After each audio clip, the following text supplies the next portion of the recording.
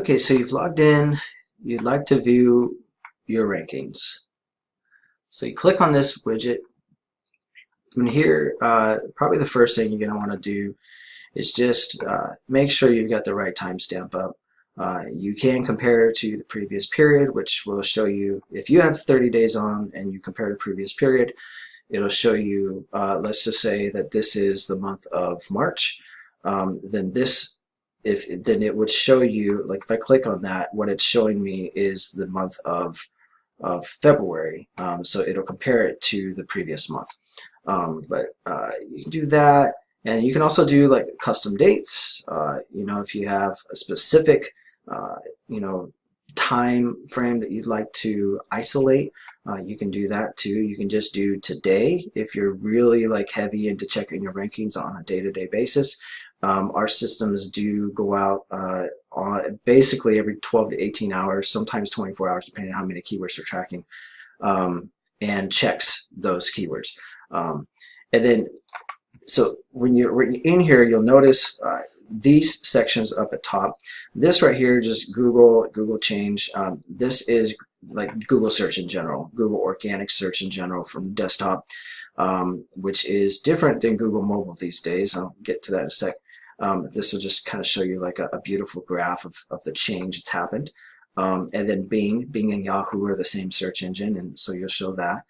If you're a local business owner, this is very important right here, Google local change.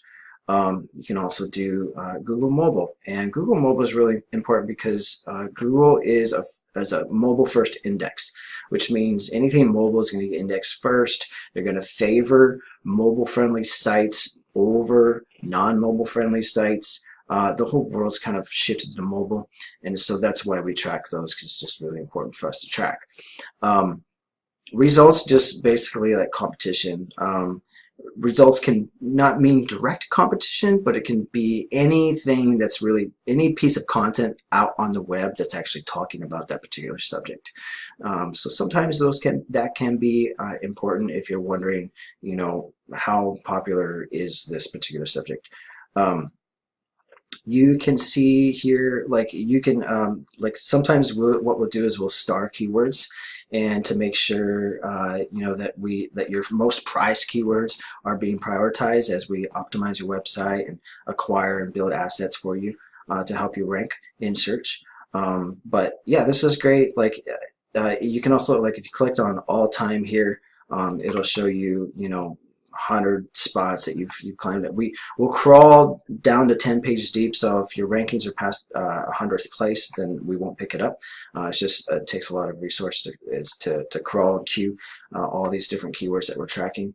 Keep in mind that just because we're tracking, let's say 20 keywords, does not mean that those are the only keywords that your website is ranking for in search. In fact, it's probably only about 10% of the amount of keywords that your website's actually ranking for. So why do we still track keywords if we can't track all the keywords? Well, because we like to track keywords just to keep an eye on steady increase. You'll notice, like in Google, that especially with the new AI search, machine learning, knowledge graph, schema, all these things, high competition, website changes, updates, digital marketing trends, social, all this different changes and fluctuations are always happening, and so is Google. Google is always split testing who's ranking on the first page, and so you'll see ups and down, ups and down. The main thing is, though, under your Google Analytics, you want to make sure that your traffic continues to go up. And obviously you're getting phone calls, right? But keep in mind, like you'll see these locations here. We've partnered with a company that has thousands of servers, worldwide actually, that checks from the geolocation. So if this is in Hawaii, this is actually a server checking from Hawaii. If this is United States, then we have several servers in place that'll check, like in general, from the United States. If it's from Redding, California, or Sacramento, California, or Austin, Texas, it'll check specifically from that area. Also, another thing to be aware of, you may have a description of what kind of results you're seeing from your home versus what you're seeing inside of your dashboard. And this is for one reason only. It's because every single geolocation search query is based on user experience for Google. And so if Google thinks that you're in the central part of a particular city and our servers are checking from a mile away, well then our servers are going to show a slight difference from what you're seeing. So if you have further questions about that, just contact us and we can explain that a little bit deeper. But this is very straightforward, but this is basically what all this means. Sometimes Bing gets particular about picking up specific keywords, sometimes they don't. Really it's about 17% of traffic that's coming from Bing and Yahoo, so we don't really totally worry about that, but we do like to put it in here because it is important traffic, because it's traffic nonetheless, and it's search traffic, which is still to this day the most valuable traffic that you can have is search traffic over social media, over ads, over all those other mediums. So let us know if you've got questions. I hope you enjoyed this video.